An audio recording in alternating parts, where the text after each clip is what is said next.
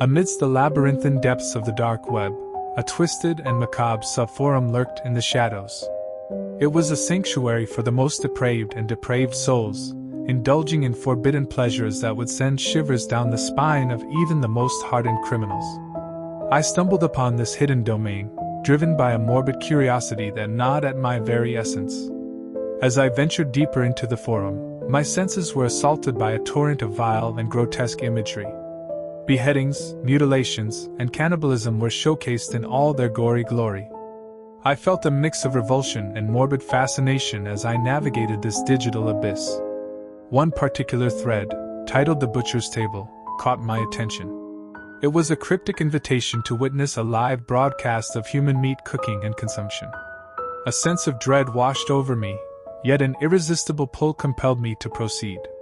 With trembling hands, I clicked on the link and was transported to a dimly lit subterranean chamber. In the center of the room stood a large steel table, its surface stained with dried blood. Hanging from the ceiling were heavy chains from which hooks dangled, their sinister purpose evident. Two cloaked figures, their faces obscured by black masks, were hovering over the table. One of them, a muscular man with a butcher's knife glinting in his hand, turned to face the camera. His voice was deep and guttural, sending a chill down my spine. "Welcome," he hissed, his words tinged with a venomous satisfaction. "Tonight, we shall feast upon the flesh of the weak and innocent." With a swift motion, he grabbed a struggling figure from the ground. The victim, a young woman, was terrified and pleading for her life. But her pleas fell on deaf ears as the butcher dragged her to the table. He secured her to the hooks with practiced precision, her limbs spread wide like a helpless animal. Her eyes met mine through the camera, conveying a terror that was beyond comprehension. The other figure, a slender woman with piercing blue eyes, approached the table with a tray of knives and spices. She meticulously laid out her tools, her movements graceful and precise. "The marinade," she whispered, her voice soft and oddly soothing. "It is a concoction of herbs and spices, chosen to enhance the flavor of our meal." As she spoke, she began to apply the marinade to the captive's exposed flesh. The woman's cries pierced through the air, each scream a testament to her unimaginable agony. The butcher, eyes gleaming with sadistic pleasure, brought his knife to the woman's throat. He pressed the blade against her delicate skin, tracing a path that would soon end her torment. "The time has come for the main course," he announced. With a sickening thud, the blade pierced the woman's throat. Blood gushed forth, staining the table and splattering onto the floor. A deafening silence filled the room for a moment, broken only by the sound of her gurgling breaths. The butcher and his companion, now covered in blood, began to feast on the woman's flesh. They tore into her with such savagery that it looked like they were devouring a simple chicken leg. I watched in horror as they savored every bite, their faces contorted into grotesque masks of ecstasy. The woman's body was slowly dismembered, piece by piece, until only a bloody mess remained on the table. As the final scraps were consumed, the butcher turned to face the camera once more. His eyes burned with a sinister fire, and a gruesome smile spread across his lips. "Join us," he whispered. "Join us in our feast of human flesh. The taste is exquisite, the sensation divine." A primal urge welled up within me. A desire to taste the forbidden fruit, to experience the forbidden pleasure. I couldn't resist the call. "I accept," I responded, my voice trembling. With that, the two figures laughed a chilling laugh, and the broadcast ended. I was left in a state of shock and disgust. What I had witnessed had forever scarred my psyche. But a perverse fascination remained, a longing to know more about the depravity that lurked in the hidden corners of the dark web. Driven by a relentless obsession, I delved deeper into the subforum, seeking out more gore and savagery. I stumbled upon threads devoted to human hunting, torture, and the gruesome art of skin collection. I began to correspond with other users, individuals who shared my morbid curiosity or, more often, reveled in their own depravity. We exchanged graphic images, videos, and stories, each more disturbing than the last. Soon, I found myself drawn into a twisted web of virtual interactions. I became an active participant in online auctions, where pieces of human bodies were bought and sold like rare commodities. I bid on severed fingers, toes, and even ears, dispatching payments via anonymous cryptocurrency. In the physical world, I became increasingly isolated and withdrawn. My relationships crumbled, and my mental health deteriorated. I spent hours alone in my apartment, immersed in the dark and gruesome world of the deep web. One day, a message arrived from the butcher. He invited me to visit him in his workshop, a secret lair where he conducted his macabre experiments. A mix of fear and morbid curiosity gnawed at me, but I couldn't resist the allure. I followed his instructions to an abandoned warehouse on the outskirts of the city. As I approached the dilapidated building, a putrid stench filled the air, sending a wave of nausea through my body. With trembling hands, I knocked on the rusty metal door. It creaked open to reveal a dark and cavernous space. In the dim light, I could make out the outline of a large operating table, its surface stained with streaks of dried blood. The butcher, his face now unmasked, greeted me with a tight-lipped smile. He had aged since the broadcast, and his eyes had taken on a hardened, almost inhuman quality. "Welcome," he said. "I've been expecting you." He led me to the table and strapped me down. I struggled against the restraints, but my efforts were futile. The butcher's grip was unyielding, his body emanated a chilling aura of violence and danger. As he brought the knife to my throat, I met his gaze. His eyes burned with an intensity that made me shiver. He seemed to be peering into the depths of my soul, searching for something only he could see. With a swift and precise stroke, he cut my throat. I felt a sharp, searing pain as the blade sliced through my flesh. Blood gushed forth, a crimson cascade that flowed down my chest. I tried to scream, but no sound came out. My voice was drowned out by the butcher's laughter, a cruel and mocking sound that echoed through the desolate warehouse. As darkness enveloped me, I felt a strange sense of calm wash over me. I had finally experienced the forbidden fruit, tasted the forbidden pleasure. And in that moment I knew that my journey into the depths of human depravity would never end. I am now a prisoner of the dark web, a human meat puppet for the sick and twisted souls who dwell in its hidden realms. They sustain me with a twisted form of life, keeping me alive just long enough to satisfy their unquenchable thirst for savagery. My body has been mutilated beyond recognition. My skin has been flayed, my limbs severed, and my organs harvested. I am nothing more than a living, breathing canvas for their grotesque experiments. They force me to watch as they devour my flesh, savoring every bite with depraved delight. Their laughter echoes in my ears, a constant reminder of the nightmare I have become. And so, I wait for the inevitable, the moment when they tire of their plaything and cast me aside like garbage. But even in this endless abyss, a flicker of hope remains. A hope that one day, justice will prevail and the monsters who have consumed my life will be brought to account. Until then, I drift in a purgatorial existence, a testament to the horrors that lurk in the shadows of the deep web. My story is a cautionary tale, a warning to those who dare to venture into its forbidden depths. Beware, traveler, for the path you tread is paved with blood and brutality. I hesitate to delve into the abyss that is the dark web, a realm where anonymity masks the darkest desires and secrets of humanity. My encounter left an indelible mark on my psyche, a gruesome and grotesque tapestry woven with the threads of terror and depravity. It all started with an innocuous message, an invitation to explore a hidden realm beyond the ordinary internet. Curiosity got the better of me, and with a reckless disregard for my own safety, I clicked on the link, stepping into an unknown darkness. The dark web was a labyrinthine maze of encrypted websites and hidden forums, each one a sanctuary for the unhinged and the malevolent. As I navigated its treacherous depths, I stumbled upon a particularly disturbing thread titled The Butcher's Block. Driven by a morbid fascination, I couldn't resist opening it. What unfolded before my eyes was a chilling tableau of human suffering. Graphic images and videos depicted unspeakable acts of violence and gore. Disemboweled bodies hung like macabre trophies, their blood staining the digital canvas.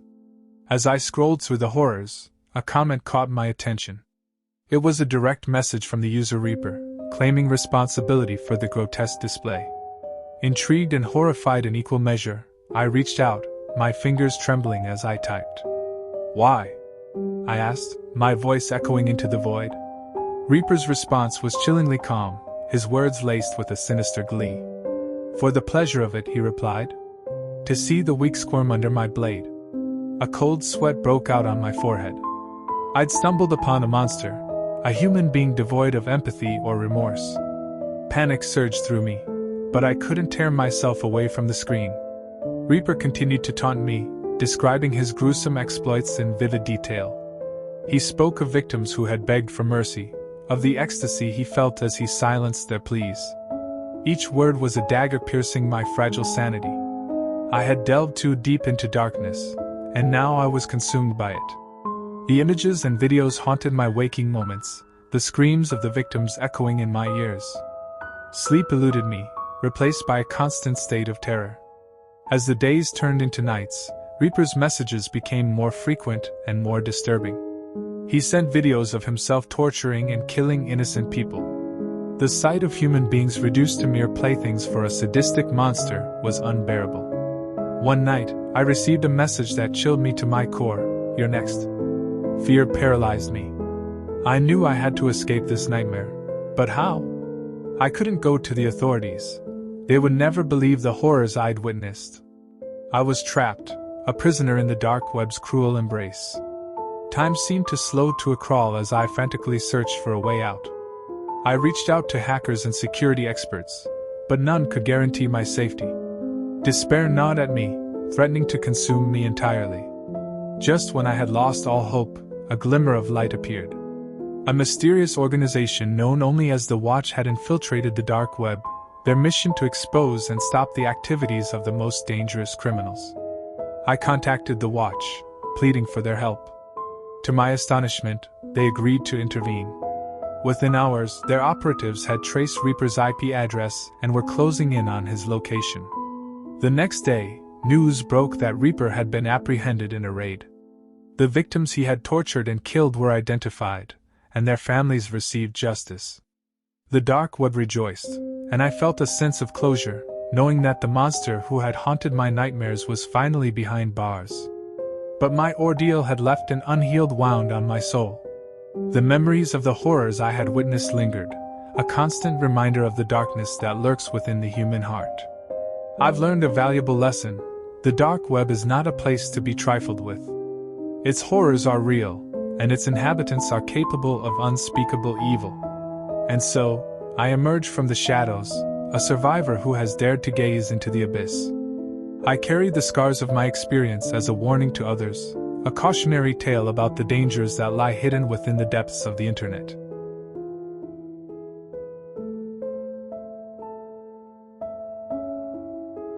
My heart was racing with excitement as I waited for the mysterious box I had purchased from the dark web to arrive. It wasn't an easy decision to make, but the thrill of the unknown had gotten the best of me. As I eagerly paced around my apartment, I couldn't help but feel a little anxious. What if this was a scam? What if the box contained something illegal? But my curiosity outweighed any doubts, and I convinced myself that it was just a harmless purchase. After all, it was just a box. How dangerous could it be? The knock on my door suddenly shook me out of my thoughts. I took a deep breath, grabbed my wallet, and opened the door to see a delivery man standing there with a small, plain cardboard box in his hand. He handed it to me with a smile and a nod before turning to leave. I couldn't wait to tear into the box and discover its contents. I closed the door and went back to my living room where I had set up a table to open the box. I carefully cut open the tape and lifted the flaps to reveal a black velvet-lined interior. Nestled inside was a small glass jar with a note attached to it. I opened the note and read it aloud. "Congratulations, you are one of the lucky few to receive this box. Within lies a mysterious object that holds great power. Use it wisely, for it may just change your life. Be warned, however, for this object is not to be taken lightly." I couldn't believe what I was reading. Was this some sort of game? A prank? I didn't have a clue, but I was too intrigued to stop. I carefully unscrewed the lid of the jar and peered inside. My eyes widened in shock as I saw a small, shiny black stone sitting at the bottom. I couldn't resist the urge to touch it, and as soon as my fingers made contact with the stone, I felt a jolt of energy surge through my body. Suddenly, my surroundings seemed to fade away, and I found myself standing in a dark, eerie forest. The sky was pitch black, and a cold wind sent shivers down my spine. I tried to move, but my feet felt glued to the ground. I looked down at my hands and realized they were no longer mine. They were withered, wrinkled, and covered in dirt. It was as if I had been transported to another body, another time. Just then, a woman appeared in front of me. She had a sinister smile on her face, and her eyes glowed with a bright red light. "Welcome to my world," she hissed. "You have opened the box and unleashed its power. Now you are mine." With a wave of her hand, I felt a force pull me into the ground. I woke up in a cold sweat, back in my apartment. It took me a moment to realize that it was all just a nightmare. Shaken, I quickly got out of bed and went to the kitchen to make a cup of coffee. As I sipped on my hot drink, I tried to convince myself that it was just a strange coincidence. But deep down, I knew that the box had something to do with it. I decided to test the power of the stone. I closed my eyes and focused all my energy on it. To my surprise, I felt a sense of calm wash over me. It was as if the stone was a source of positive energy, and it was filling me with its power. I smiled, relieved that I wasn't losing my mind. I spent the next few days experimenting with the stone, and each time, I felt more connected to it. However, as time went on, I started to notice strange things happening around me. Objects would move on their own, and I would hear whispers in the night. I was convinced that the stone was haunted, and I was afraid of what it might do to me. One night, as I lay in bed trying to sleep, I heard a loud crash coming from the living room. I got up to investigate, and found that all the furniture had been thrown around, as if a tornado had ripped through the room. I noticed a trail of black footprints leading from the living room to my bedroom. This could only mean one thing: the stone was cursed, and I needed to get rid of it. I ran to the kitchen and grabbed a plastic bag, intending to throw the stone away. But as I held it in my hand, I felt a surge of energy course through my body. It was as if the stone was trying to communicate with me. And then, I heard a voice in my head. "Don't let them take me," it pleaded. "They will use me for evil, and you will be powerless." I stood there, frozen with fear and confusion. I couldn't believe that a stone was speaking to me, and yet I knew deep down that it was real. I couldn't bring myself to throw it away and condemn myself to a life without its power. So, I decided to keep it hidden and use it only when needed. Days turned into weeks, and I found myself becoming more and more dependent on the stone. I couldn't go a day without using it. It gave me a sense of confidence and control, unlike anything I had ever experienced. But as time went on, its effects became more potent, and I realized that I was becoming addicted to its power. One day, I received an unexpected visit from the delivery man who had brought the box. He was all smiles as he handed me a package. "This is for you," he said. "Your time with the stone is up." And with that, he turned and walked away. Panicked, I opened the package and found another jar, this time with a white stone in it. There was also a note that read, "Beware the consequences of your actions. This is your last warning." I knew that the white stone was meant to replace the black one, but I couldn't bear to lose its power. I decided to keep both stones hidden and not use them unless absolutely necessary.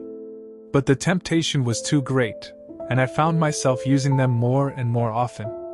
However, my addiction to the stones came at a price. I started to experience frequent blackouts, during which I would wake up in unexpected places with no memory of how I got there. And each time, I would find the black stone missing. One night, I woke up to find myself standing in front of a mirror, holding the black stone. But the reflection in the mirror wasn't mine. It was the woman from my nightmare, grinning at me with her red eyes. "You have fallen into my trap," she sneered. "You are now mine, forever."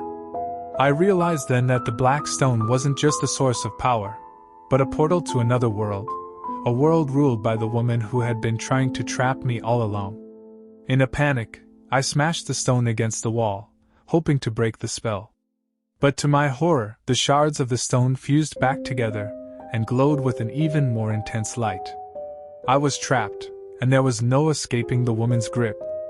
I had fallen into the dark web's trap and paid the ultimate price. The stones were not just mysterious objects, they were ancient artifacts with a powerful curse. And now, I was doomed to spend eternity in the darkness, a victim of my own curiosity and weakness. As I write this, I can feel the presence of the woman watching me, waiting for her next victim. So, let this be a warning to anyone tempted by the mysterious offerings of the dark web. It may just be your grave mistake. It was a rainy Friday night, and I was bored scrolling through the internet. I had heard about the dark web, the portion of the internet that was not easily accessible, and was known for its illegal activities and disturbing content. My curiosity got the best of me, and I decided to explore it. I downloaded the necessary software, and after a few tries, I was finally able to access the dark web. The first few websites I stumbled upon were mainly selling illegal drugs and weapons, nothing too out of the ordinary for the infamous dark web. But then I came across a website that caught my eye. The website was named Suffer for Entertainment. My curiosity piqued, and I clicked on the link. What I saw next was something that would haunt me for the rest of my life. The website was streaming a live snuff film. For those who are not familiar, a snuff film is a video that depicts the actual murder of a person for entertainment purposes. I was shocked, disgusted, and horrified. But I couldn't look away. The video quality was poor, but the audio was crystal clear. I could hear the screams of a woman in agony, begging for mercy. I wanted to turn it off, but I was paralyzed with fear and curiosity. Then I heard a familiar voice. It was my college friend, Kathy. We had lost touch after graduation, but I could never forget that voice. I immediately recognized it. I couldn't believe what I was seeing and hearing. She was tied to a chair, and there were two men wearing masks standing in front of her. One of them was filming the whole thing, and the other was torturing Kathy.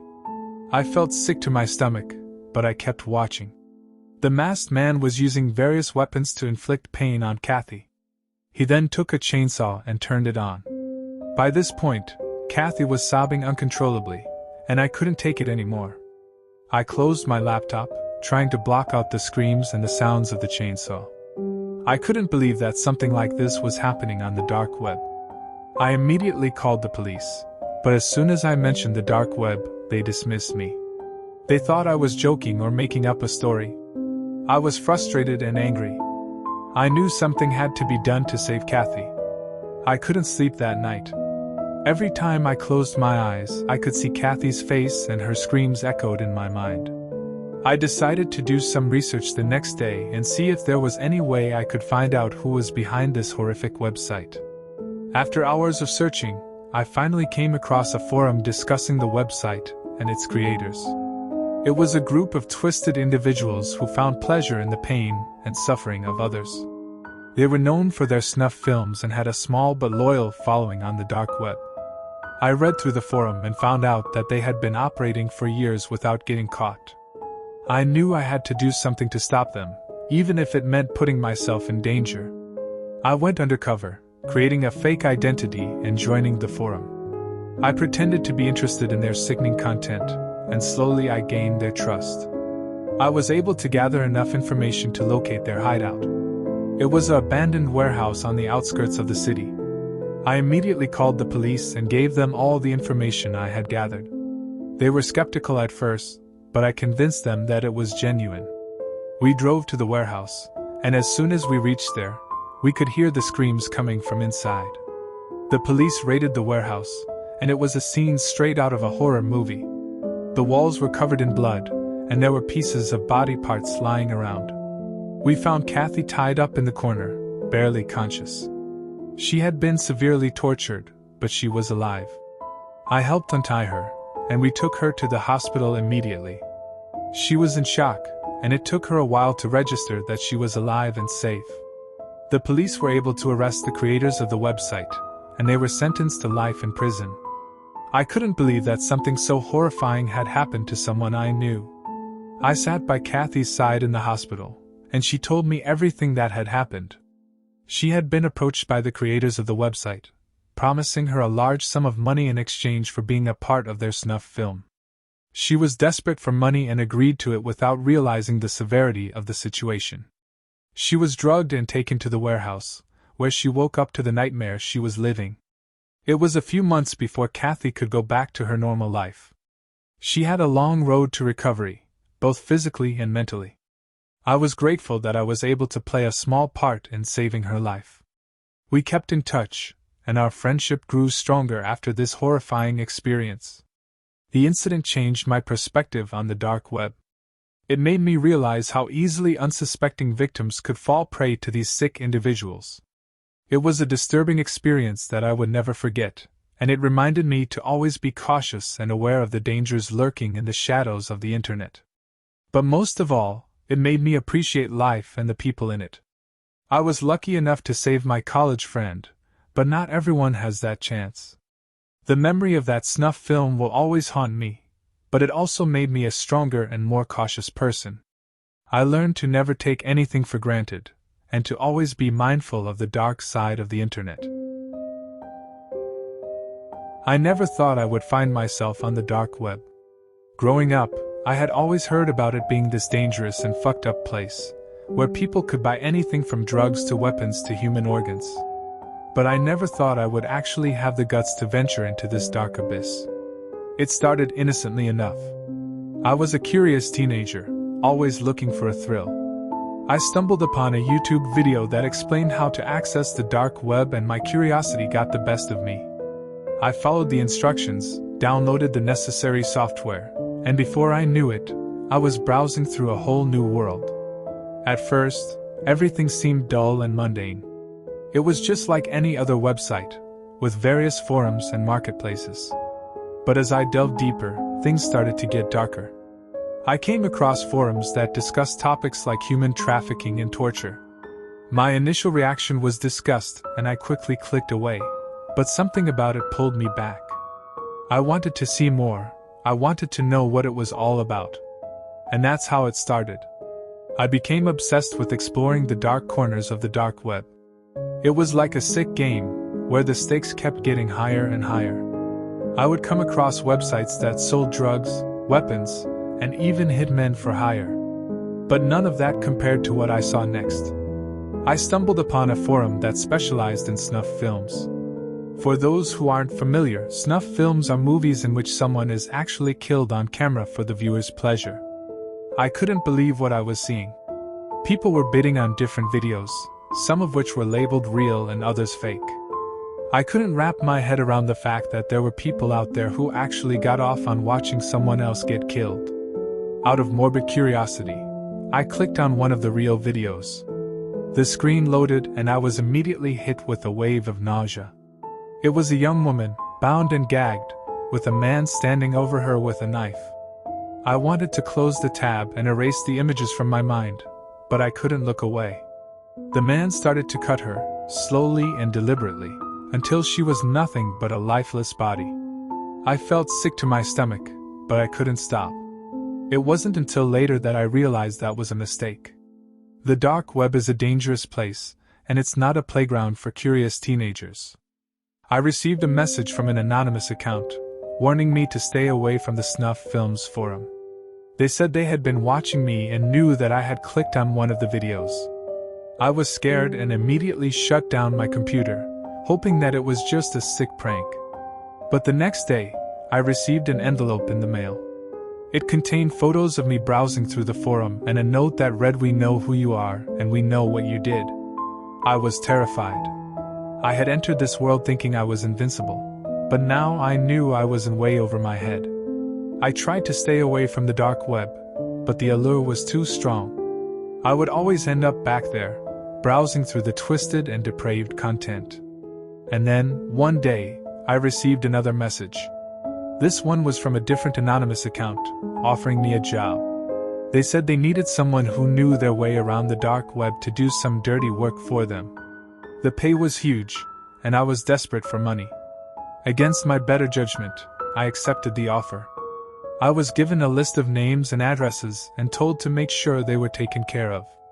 It didn't take me long to realize what I had gotten myself into.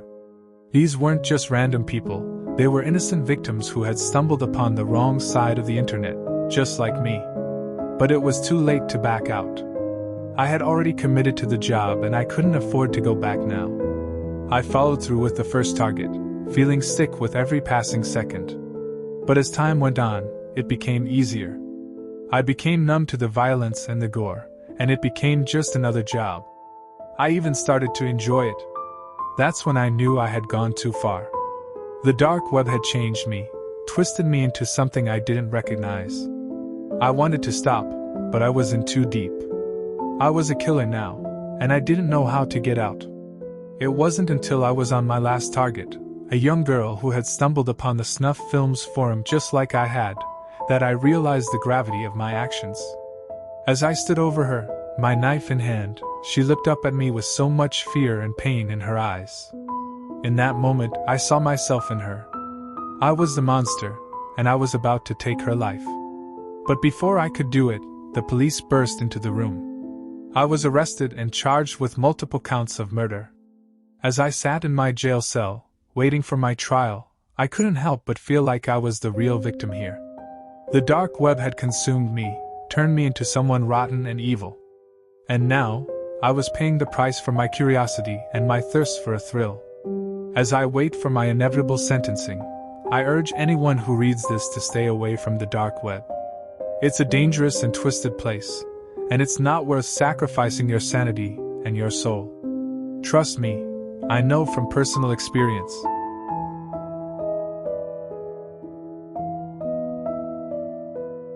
My name is Jake, and I am a dark web courier. What started as a desperate attempt to make ends meet has turned into a living nightmare. I never could have imagined the horrific and gruesome experiences I would encounter on my journeys through the eerie corners of the internet.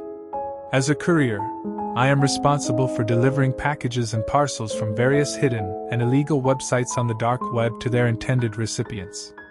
These packages contain anything from drugs, weapons, and counterfeit goods to more disturbing and sinister items that I try not to think about. My involvement in this world started when I lost my job as a delivery driver for a legitimate company. With mounting bills and no job prospects, I turned to the dark web as a last resort. The pay was good, and the job seemed simple enough at first glance. Little did I know, I was entering a realm of terror and danger.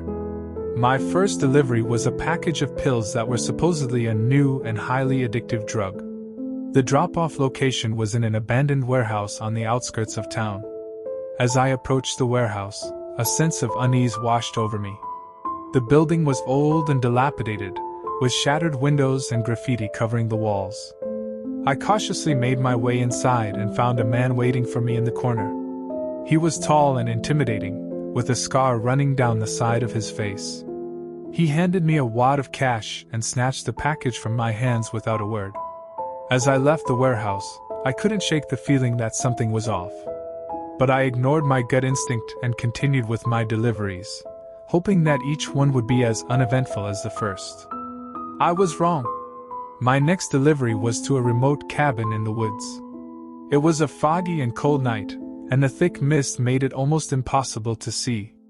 I was frantically checking my GPS, trying to find the address when suddenly, a figure emerged from the trees. I froze, my heart racing as the figure got closer and closer.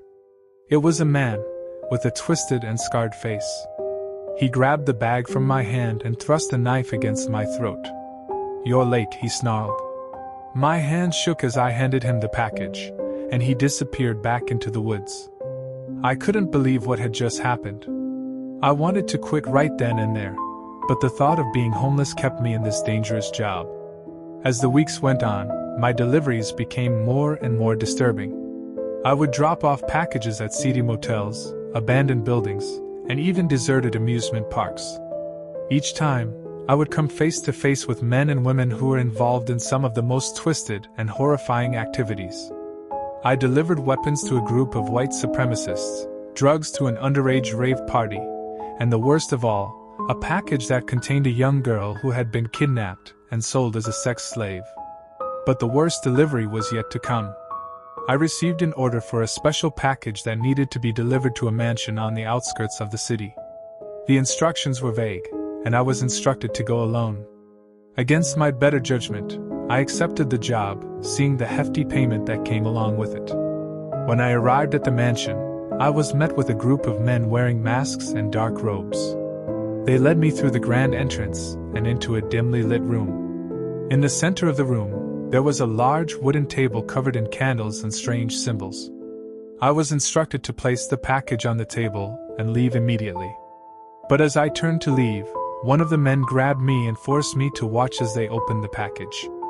Inside was a young woman, barely conscious and covered in blood. "What is this?" I screamed, trying to break free from the man's grasp. "She is to be our sacrifice," one of the men said, their voices distorted by their masks. My blood ran cold as I watched them perform a gruesome ritual, chanting in a language I didn't understand. They cut off the woman's limbs and then set her on fire, all while she was still alive. I couldn't believe what I was witnessing. I felt sick and disgusted, but I was too scared to leave. I was trapped in this hellish nightmare, and I was just as guilty as the men performing the ritual. When it was over, they handed me a large sum of money and warned me to never speak of what I saw. I stumbled out of the mansion, my mind racing and my stomach churning.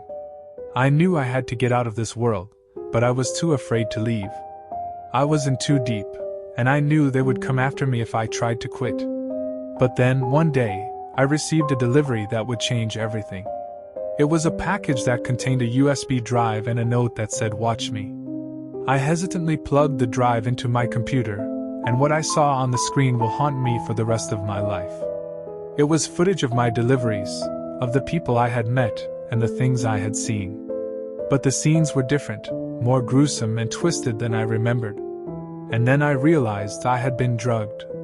The men I worked for had been recording my deliveries and altering my memories, making them more horrific each time. They were using me as entertainment, and I was just a pawn in their sick game. I immediately quit my job and went to the police with the USB drive. But when they investigated the addresses I had delivered to, they found nothing. The warehouses, cabins, and mansions were all abandoned, with no trace of any illegal activities. I was left with nothing but my guilt and the haunting memories of the horrors I had witnessed. I still live in fear that one day, they will come for me, seeking revenge for my betrayal. Being a dark web courier was the biggest mistake of my life. I now live in constant fear and regret, and I can never erase the images of the gruesome gore I witnessed in the depths of the internet.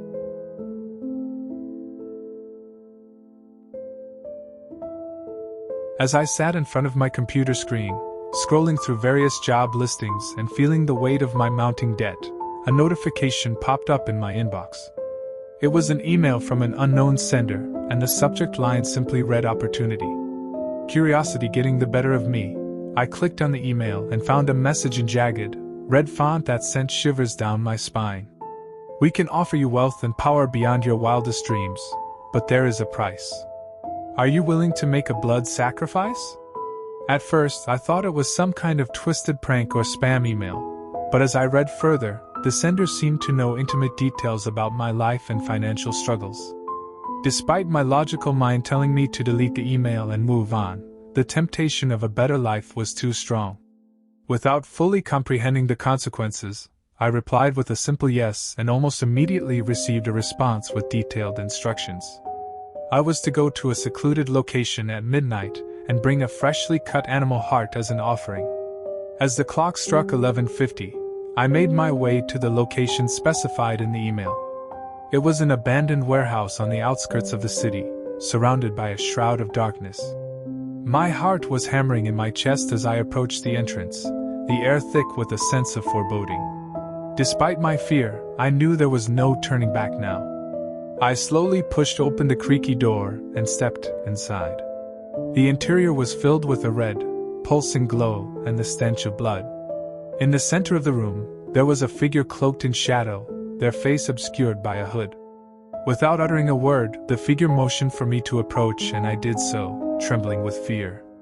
They held out a chalice and I carefully placed the animal heart inside, my hands shaking uncontrollably.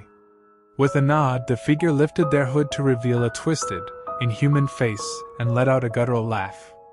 "You have made a wise decision, mortal. Your sacrifice will grant you great wealth and power. But beware, there is no turning back once the ritual is complete." Before I could fully process what was happening, the figure raised the chalice to their lips and drank the blood. I felt a rush of energy course through my body and I collapsed to the ground, darkness consuming my vision. When I came to, I found myself lying in a pool of blood and surrounded by dismembered animal carcasses. The realization of what I had done hit me like a ton of bricks, and I stumbled out of the warehouse, vomiting in disgust. But the effects of the ritual were already taking hold. I felt a newfound strength and confidence coursing through my veins. And as I made my way back to the city, I couldn't help but feel a sense of excitement and anticipation for the wealth and power that awaited me. The next morning, I woke up with a brand new car in my garage and a luxury apartment in the heart of the city. I had received a job offer from a prestigious company that I had never even applied to, with a salary that made my previous struggles seem like a distant memory. But along with the material possessions and success came a dark, insatiable hunger.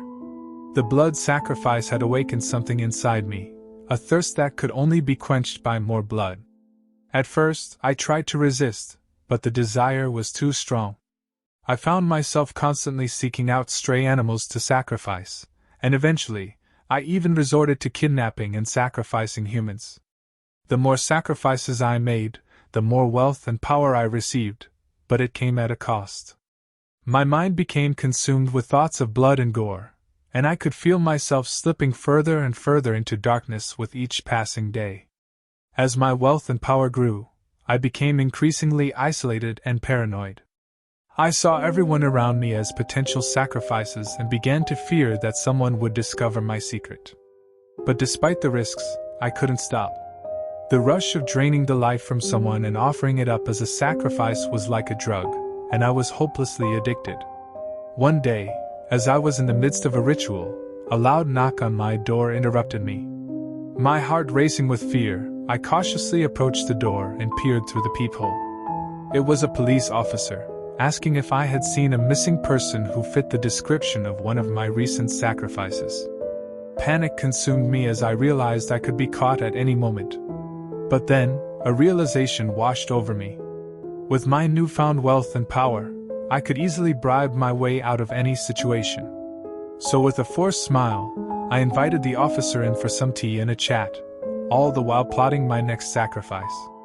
As the years passed, I became a notorious figure in the city, known for my immense wealth and influence. I had everything I ever wanted, but at what cost? The sacrifices consumed me, both physically and mentally. My once human appearance had turned twisted and monstrous, reflecting the monster within. But then, one day, I received another email from the dark web. This time, it wasn't a promise of wealth and power, but a warning. The entity I had made a deal with all those years ago was coming to collect its debt, and it wanted my soul in return. Realizing the gravity of my mistake, I began to desperately search for a way out, but it was too late. The entity appeared before me, a towering figure with eyes as red as blood. "You have served me well, mortal, but now it is time to pay the price," it hissed, its voice sending chills down my spine. With a snap of its fingers, I felt my body disintegrating into nothingness, and my soul being dragged into the fiery pits of hell.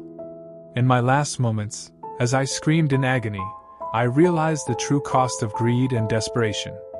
And as my screams echoed through the underworld, I could only hope that my story would serve as a warning to others tempted by promises from the dark web.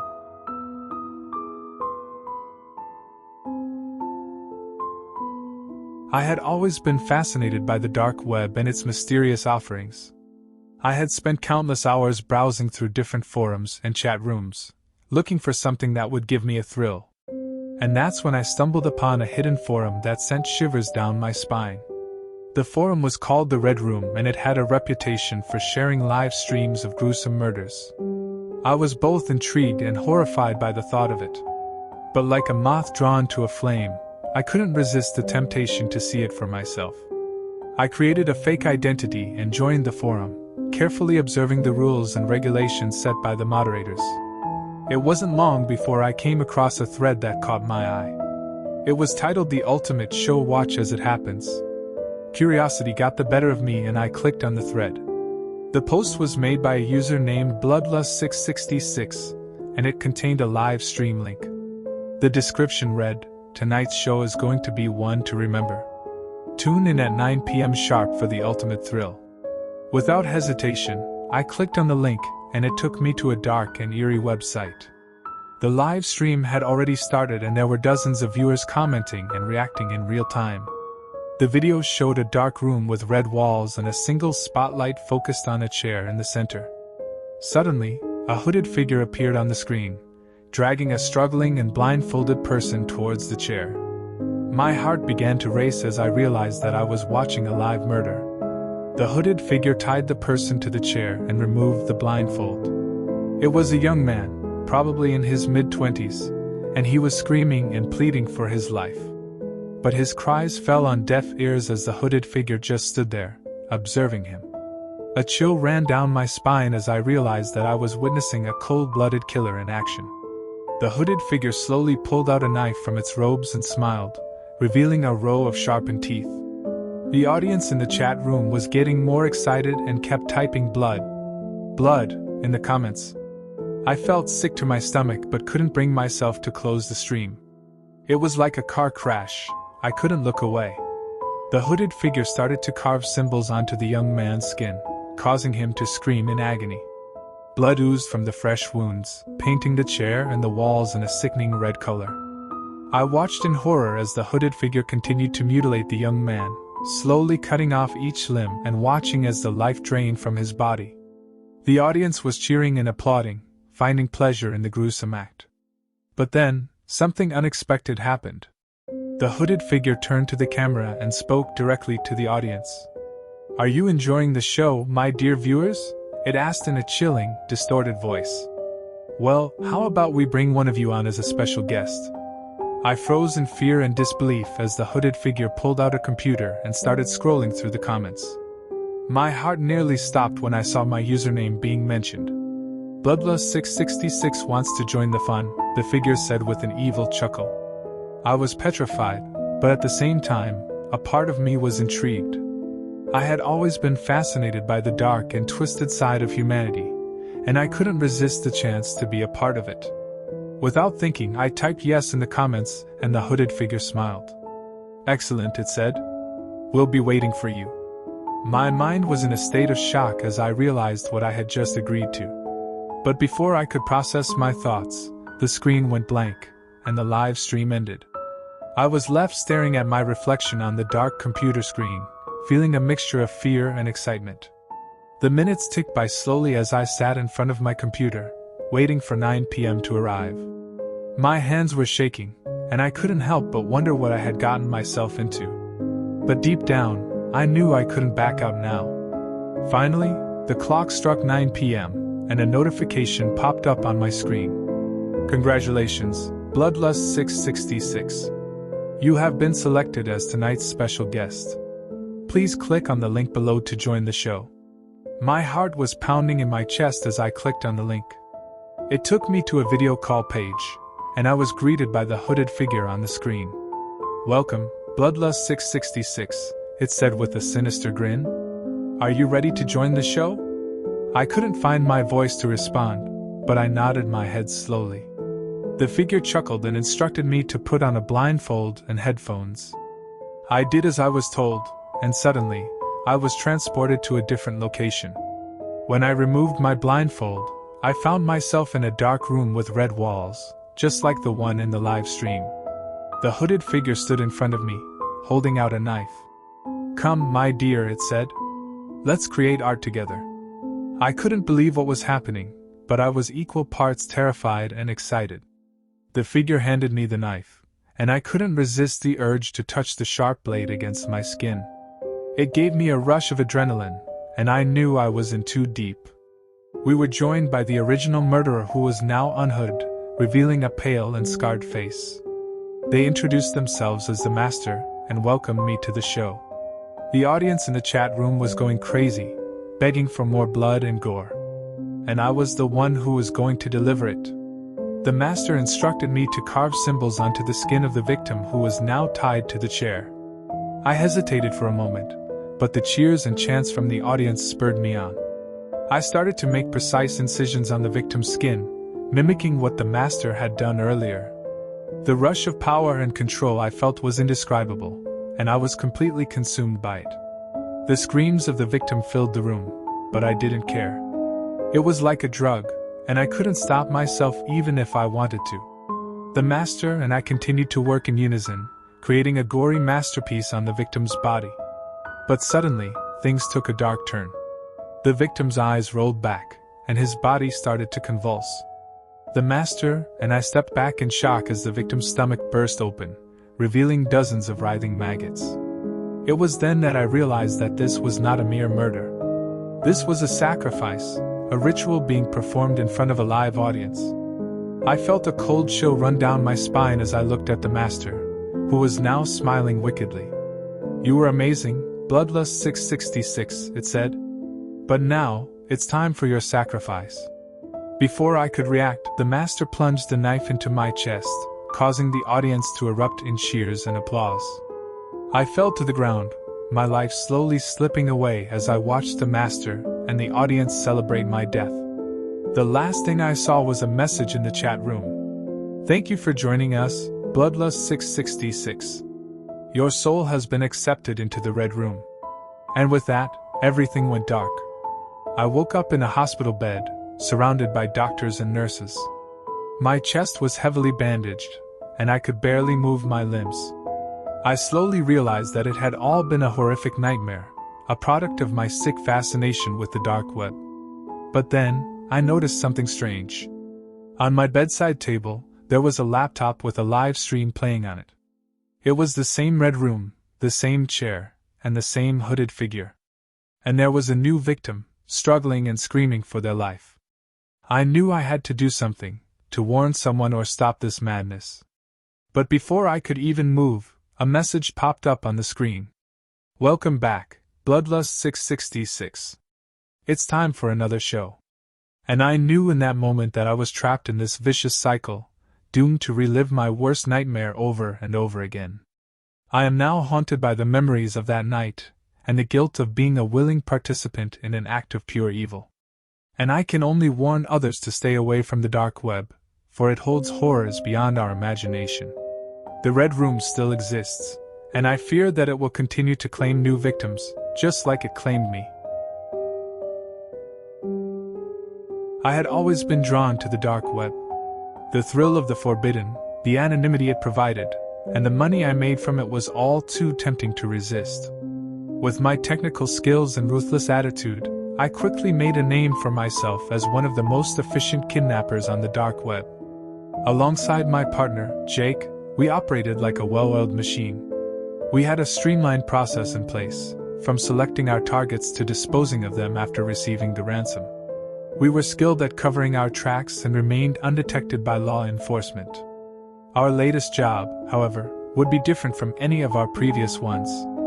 A mysterious client had approached us, requesting our services to secure a seemingly ordinary teenager using a powerful tranquilizer. I had never used something that potent before and had my doubts about the necessity of it. But the client was offering a large sum of money, and they desperately needed it. We located the target, a shy 16-year-old named Lily, who lived in a quiet suburban neighborhood. Jake and I followed her for a few days, observing her daily routines and devising the perfect plan to abduct her. On the night of the job, we made our move. Lily was walking home from a friend's house when Jake and I pulled up in our van and snatched her. We quickly injected her with the tranquilizer, and she went limp in our arms. I couldn't help but feel a twinge of guilt as we drove to our remote hideout. Lily seemed like an ordinary teenager, and we had no idea why someone would want her so desperately. But our guilt turned into terror when Lily suddenly jolted awake and started convulsing. Her eyes turned black, and her body contorted into a grotesque and monstrous form, breaking through the restraints. Jake and I were utterly unprepared for this turn of events.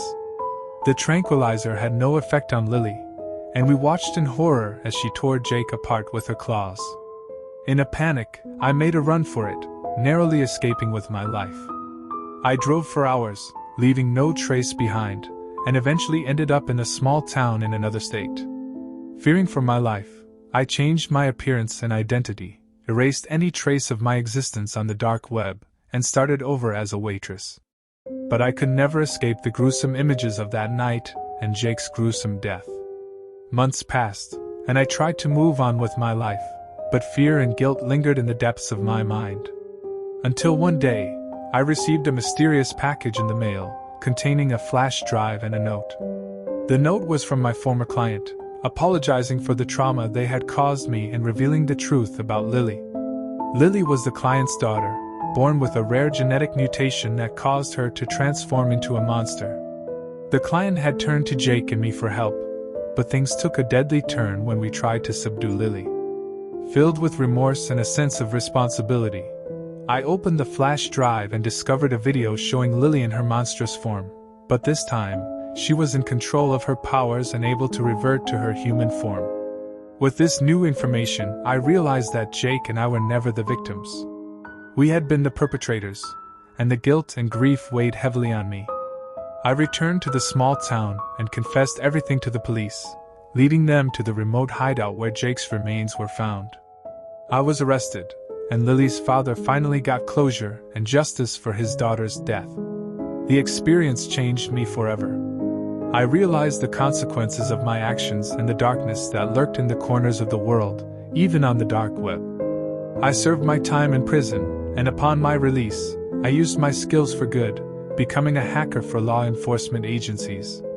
The memory of that night will haunt me for the rest of my life, a constant reminder of the dangers and consequences of my past actions. The story serves as a warning to others, a cautionary tale about the dangers and horrors that can be found in the depths of the dark web. In the tapestry of my life, the threads of college were intertwined with a dark undercurrent that would forever alter its course. Entering the hallowed halls of academia, I harbored dreams of knowledge and camaraderie, but what I found was a twisted labyrinth of treachery and torment. From the first day, I found myself an outcast, a target for the cruel barbs and taunts of my peers. The boys mocked my unassuming demeanor and frail physique, while the girls gossiped and spread malicious rumors. Their words cut deep, leaving invisible scars on my psyche. As the days turned into an endless cycle of humiliation, a seed of resentment took root within me. I longed for retribution, a way to silence the relentless tormentors and make them pay for their cruelty. In my desperation, I turned to the dimly lit corners of the internet, where the allure of revenge sparkled amidst the shadows. Unbeknownst to me, I had stumbled upon a forbidden realm known as the dark web. Here, sinister services lurked in anonymity, their promises as tempting as they were dangerous. Among the myriad of illicit offerings, one caught my eye, a professional hitman. Driven by a thirst for vindication, I reached out to the faceless entity behind the moniker Reaper. With trembling hands, I laid out my grievances, describing the relentless bullying and the torment it had inflicted upon me. To my astonishment, Reaper responded, offering his services for a hefty price. A surge of excitement and trepidation coursed through me. I had never imagined that revenge could be within reach, but the allure of silence tempted me beyond resistance. In the dead of night, I wired the payment to Reaper's anonymous account, setting in motion a chain of events that would haunt me for years to come. At first, everything seemed to go according to plan. Reaper provided regular updates, assuring me that my enemies were being dealt with one by one. The bullies vanished from my life, their absence creating an eerie void where their torment had once reigned supreme. But as the weeks turned into months, a sense of unease crept over me. Reaper's communication became sporadic, and his tone grew increasingly cryptic. I began to question whether I had made a terrible mistake by unleashing such a dangerous force upon the world. My fears were confirmed when news of a gruesome murder shook the campus. One of the bullies, the leader of the pack, had been brutally slain in his apartment. The police were baffled by the heinous crime, with no leads to follow. Terror gripped me as I realized the true nature of the monster I had created. Reaper, once my instrument of revenge, had become a loose cannon, a predator targeting innocent lives. The weight of guilt and fear crushed down upon me, threatening to consume me entirely. Desperate to break free from Reaper's clutches, I contacted him, pleading with him to stop the killing spree.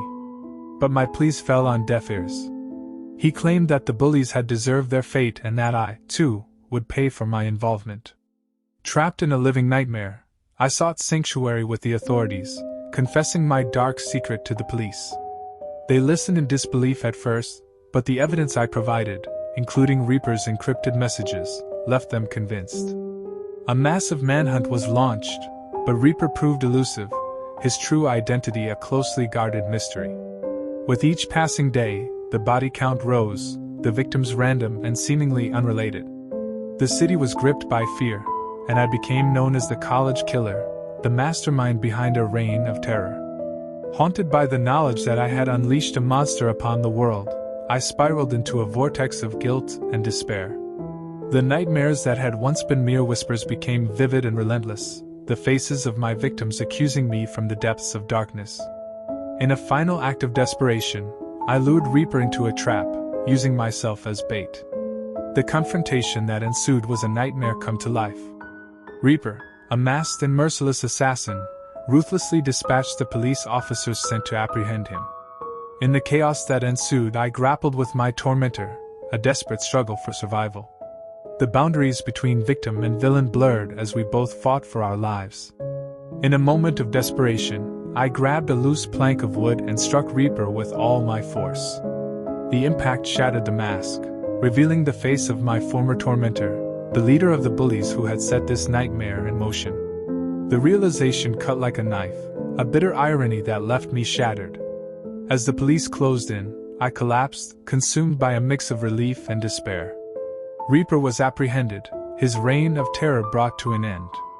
But the wounds he had inflicted would never fully heal, leaving an enduring scar on my soul. In the aftermath, I faced trial for my crimes. The jury found me guilty but with diminished responsibility, acknowledging the torment I had endured. I was sentenced to prison, a place where I could atone for my past and grapple with the consequences of my actions. Behind the cold, unforgiving walls, I dedicated myself to redemption. I pored over books, seeking enlightenment and purpose amidst the darkness. I reached out to my victims' families, offering my heartfelt apologies and a promise to spend the rest of my life making amends. Through the years, I became a different person, a man haunted by the past but determined to make a positive impact on the world. I dedicated my life to counseling young people, sharing my story as a cautionary tale against bullying and the dangers of seeking revenge. In the twilight of my life, I am a broken man, but also a survivor. The pain of the past may never fully fade, but I have found a measure of peace in knowing that I have dedicated my life to preventing others from making the same mistakes I did. And so, the college killer, once a symbol of terror, became a footnote in history, a testament to the destructive power of unchecked anger and the transformative potential of remorse. A cryptic message arrived in our group chat, an innocuous link that promised a glimpse into the forbidden realm. I hesitated, torn between trepidation and the allure of the unknown. With the recklessness of youth, I clicked, granting access to my digital sanctuary. A chill ran down my spine as the familiar Instagram logo transformed into something sinister, demanding permissions far beyond the realm of innocence. Days turned into nights as I grappled with the unnerving implications of my actions. Fear gnawed at my mind, but a sense of morbid fascination prevented me from severing ties. A week later, I confronted my friend, the one who had introduced me to this virtual wasteland. A mischievous grin played across his lips as he whispered, "Let me show you something, but remember, silence is golden." Trembling with anticipation, I followed him to a secluded room illuminated by the eerie glow of a laptop. "What you're about to witness ranges from mildly to highly illegal," he warned, his voice devoid of emotion. "Under no circumstances are you to link my name to this." I nodded solemnly, my stomach churning with a mixture of dread and exhilaration. "Have you ever ventured into the dark web?" he asked. "Never," I replied, feigning indifference. "And I'm not interested in getting into trouble." A thin smile spread across his face. "Don't worry," he said. "We're just scratching the surface." With lightning speed, he opened a browser I had never seen before, its anonymizing properties shrouding our every move. "Remember that link you clicked?" he inquired.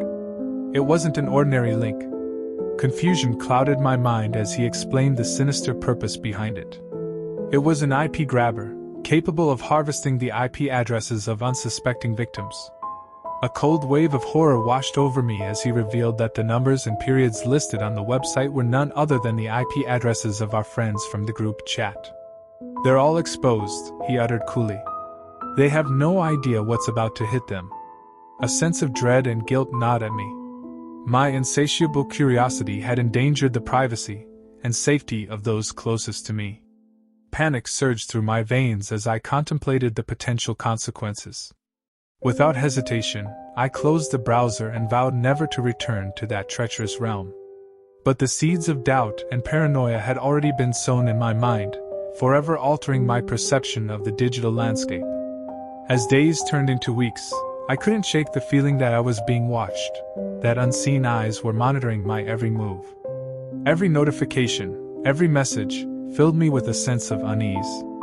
The once familiar world of the internet had become a minefield, each click threatening to expose my darkest secrets. Sleep eluded me as nightmares haunted my nights. Faceless figures lurked in the shadows, their cold, piercing eyes accusing me of betrayal. I tossed and turned in my bed, unable to escape the guilt that consumed me. Desperate to atone for my reckless actions, I tried to warn my friends, but they dismissed my fears as paranoia. Their lack of comprehension only deepened my anguish, leaving me isolated and alone in my torment.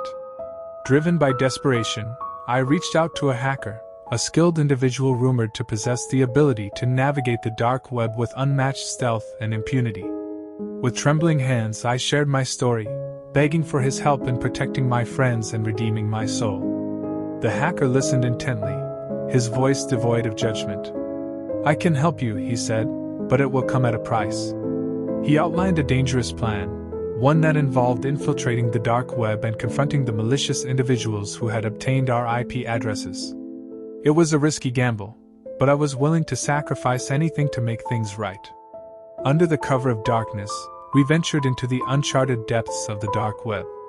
The hacker's expertise proved invaluable as we navigated through encrypted channels and hidden forums, our presence shrouded in anonymity. We followed leads, piecing together the identities of those who threatened our friends.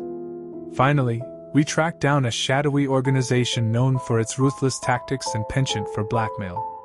They had acquired our IP addresses and were planning to extort us. With our hearts pounding in our chests, we prepared for a confrontation that would push us to our limits. The moment of reckoning arrived in the form of a tense virtual meeting. The hacker, armed with irrefutable evidence, confronted the extortionists, threatening to expose their criminal enterprise if they did not release our friends' IP addresses. A tense silence hung in the digital air as the malicious group weighed their options. In the end, the fear of being exposed proved too great. They surrendered, releasing the IP addresses without further resistance. With our mission accomplished, we retreated from the dark web, relieved but forever changed by our harrowing experience. The scars of our ordeal remained, a constant reminder of the dangers that lurked beneath the surface of the digital world. In the aftermath, I vowed to use my newfound knowledge and understanding to protect others from the horrors I had witnessed. I became an advocate for digital privacy and awareness, speaking out against the insidious tactics employed by those who sought to exploit the vulnerable in the shadows. My journey into the dark web had been a cautionary tale, a sobering reminder that curiosity comes at a price. In the pursuit of forbidden knowledge, I had risked not only my own well-being but also the safety of those I held dear. And so, I emerged from the depths of the digital underworld, a wiser and more cautious explorer, forever scarred by the secrets I had uncovered. The dark web remained a tempting abyss, but this time, I knew better than to succumb to its alluring whispers. As I ventured down the perilous depths of the dark web, I had no way of foreseeing the horrors that awaited me. My heart pounded against my rib cage like a war drum as my fingers danced across the keyboard, navigating through a labyrinth of encrypted websites and anonymous profiles. I stumbled upon a seemingly innocuous forum, its banner adorned with an enigmatic image of a family gathered around a dinner table. Curiosity gnawed at me like a relentless parasite, compelling me to click. At first glance, the scene was unremarkable. The family, composed of a mother, father, teenage son, and a young girl, conversed amiably. The table was laden with an assortment of seemingly innocuous dishes, the air thick with the tantalizing aroma of a home-cooked meal. As I scrolled through the thread, however, a chilling realization dawned upon me. This was no ordinary family gathering. With each new post, the veneer of normalcy peeled away, revealing a gruesome truth. The family members were not merely eating dinner, they were devouring one another's flesh. Raw, uncooked body parts were torn from limbs and consumed with a ravenous hunger that defied all reason. I felt a wave of nausea wash over me as I witnessed the unimaginable pain and suffering etched upon their faces. The mother, once a pillar of maternal love, bared her teeth in a feral grin as she sank her teeth into the severed hand of her husband. Blood and gore spattered across the tablecloth, staining it a gruesome crimson. The father, his eyes glazed and unseeing, methodically carved strips of meat from his own thigh, offering them to his son with a twisted smile. The teenage son, his youthful exuberance replaced by a vacant stare, gnawed on his own forearm, his laughter mingling with the sick smacking of lips on flesh. But it was the sight of the young girl that truly shattered my resolve. Her tiny frame, once filled with innocent wonder, was now contorted in agony as her parents ripped off her limbs and fed them to her like pieces of raw chicken. Her eyes, once bright with life, now held only an abyss of terror and despair. Tears streamed down her face as she begged them to stop, but her pleas fell on deaf ears. The family had descended into a living nightmare, a grotesque parody of humanity. I could feel my sanity slipping away as the horrors unfolded before my eyes.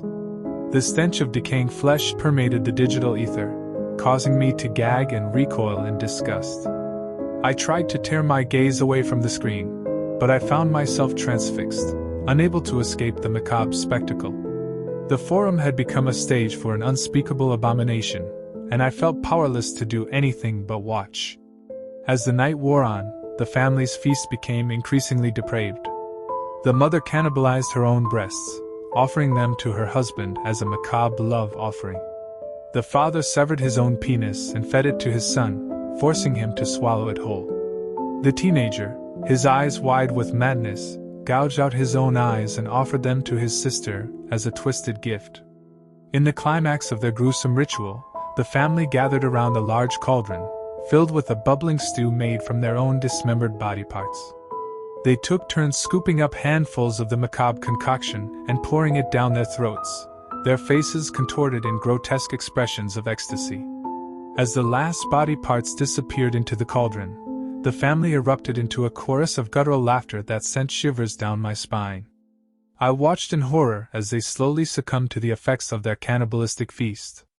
Their bodies racked with convulsions, their eyes rolled back in their heads, and their screams of agony pierced the silence of the digital void. One by one, they collapsed upon the floor, their once familiar faces now frozen in masks of grotesque suffering. The forum grew eerily quiet as the family lay unmoving on the floor. The simmering cauldron stood as a testament to their unspeakable depravity, its contents congealing into a grotesque monument to human evil. I felt a profound sense of emptiness and despair as I absorbed the full weight of what I had witnessed. The horror had seeped into my soul, leaving me forever changed. As dawn broke, I stumbled away from the computer, my mind in turmoil. I had no way of knowing whether the family I had encountered was real or merely a fabrication designed to shock and horrify. But the pain and suffering I had witnessed felt all too genuine. The dark web had shown me the darkest recesses of human depravity, and I knew that I could never forget what I had seen. The memory of that gruesome night continues to haunt me, resurfacing at the most unexpected moments. I am plagued by nightmares, my sleep disturbed by visions of the family around the dinner table, their bodies torn and their faces contorted in agony. I have sought therapy in an attempt to exorcise the demons of the past, but they cling to me like a persistent shadow.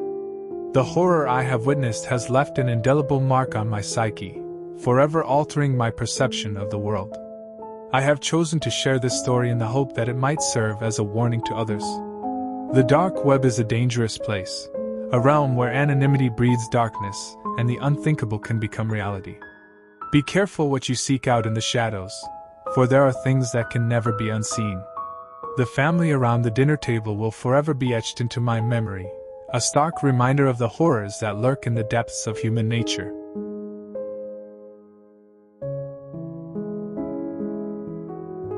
The pulsating rhythm of the music reverberated through my eardrums, enveloping me in a euphoric trance. The crowd surged and swayed, their bodies gyrating in a kaleidoscope of motion. Strobe lights flashed erratically, casting grotesque shadows that danced ominously on the walls. Amidst the debauchery and revelry, a flicker of curiosity drew me towards a discreet corner of the warehouse. A heavy velvet curtain hung from the ceiling, concealing a narrow passageway. Intrigued, I hesitated momentarily before cautiously parting the fabric. As I stepped through the threshold, a wave of icy dread washed over me. The air grew thick with the stench of decay and something metallic, blood. A single bulb cast a sickly glow upon a bare, windowless room. In the center of the chamber stood a lone bed, its white sheets soaked in a crimson tide. My heart pounded in my chest as I approached the macabre sight. A man, his face obscured by a black mask, crouched over the bed, his hands deftly wielding a razor-sharp scalpel. Beside him lay a young woman, her limbs twisted at unnatural angles, her vibrant skin now a sickly pallor. Her screams were a horrifying echo of anguish and terror, her cries piercing the silence like daggers. The masked man's movements were methodical and precise, as if he were conducting a perverse surgical procedure. With each incision, I could hear the sickening sound of flesh tearing. Frozen in a state of paralyzed horror, I watched as the man mutilated his victim's body, removing organs and limbs with sickening glee. The woman's screams gradually subsided, replaced by a deathly silence. As the macabre spectacle unfolded before my very eyes, I realized with mounting terror that this was no mere party. This was a den of unspeakable horrors, a place where depravity reigned supreme. Summoning a surge of adrenaline, I turned and stumbled back through the narrow passageway, desperate to escape the nightmare that I had stumbled into. As I frantically searched for an exit, I could hear the faint sound of footsteps approaching. Panic surged through me as I heard the heavy thud of a door slamming shut behind me. I was trapped. The masked figure emerged from the shadows, his cold, black eyes meeting mine. A wicked smile curled his lips as he reached for something concealed beneath his cloak. In a desperate attempt to defend myself, I flailed my arms and kicked out wildly. But my feeble attempts were no match for his towering strength. He seized my wrists with an iron grip and dragged me towards the gruesome scene in the adjacent room. Terror consumed me as I realized my fate was sealed. The masked man's blade gleamed dangerously close to my own skin. I screamed out in agony as he began his gruesome handiwork. Time seemed to slow as I endured an eternity of unimaginable pain. My body twisted and contorted at unnatural angles, each incision screaming out a symphony of suffering. My vision blurred, and the room spun violently around me. Through a haze of agony, I could hear the masked man's taunts as he whispered vile obscenities into my ear. His words were a cruel mockery of my terror, a testament to the depths of his depravity. As my consciousness began to fade, I witnessed the masked man's final act of savagery. He severed my head from my body, a clean and precise cut that sent a fountain off splattering across the blood-soaked sheets. In a grotesque crescendo of horror, the life drained from my body, leaving behind only a broken and desecrated husk. The masked man stood over my lifeless remains, his expression inscrutable behind his black mask. As darkness consumed my vision, I couldn't help but wonder what had led me to this gruesome fate.